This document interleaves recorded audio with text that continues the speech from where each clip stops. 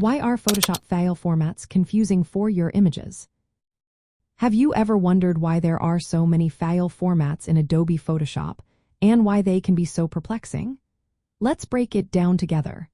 Understanding the various file formats is essential for anyone working with images, especially photographers and digital artists.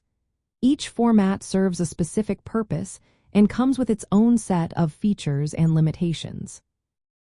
At the heart of Photoshop is the Photoshop document format, commonly known as PSD.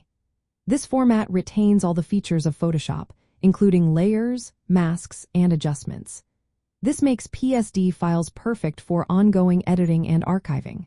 However, they can be quite large and may not always work well with other software unless you choose compatibility options when saving. For larger images, Photoshop uses the Photoshop Big Document format, known as PSB. This format can handle documents up to 300,000 pixels in any dimension while keeping all the features intact.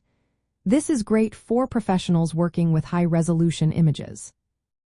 Now let's talk about some common formats you might encounter.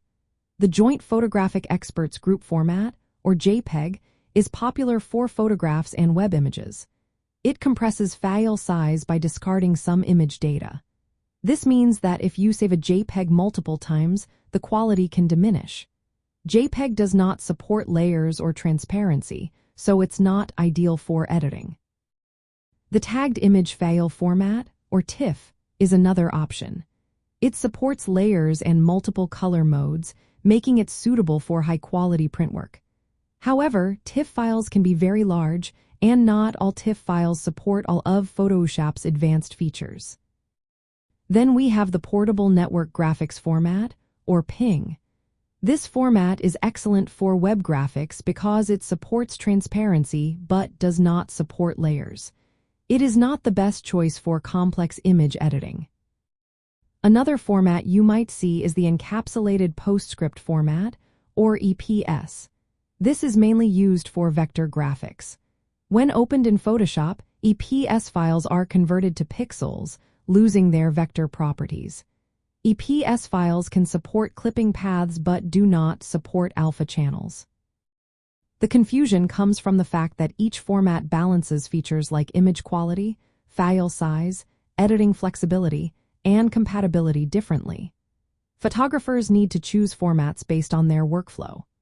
For example, using PSD or PSB for editing and archiving, JPEG for final delivery or web use, and TIFF for print production. Additionally, Photoshop has settings like Maximize Compatibility when saving PSD files.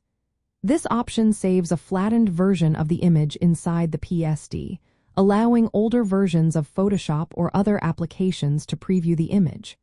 However, this can increase the file size. In summary, the variety of Photoshop file formats can be confusing because they each have unique capabilities.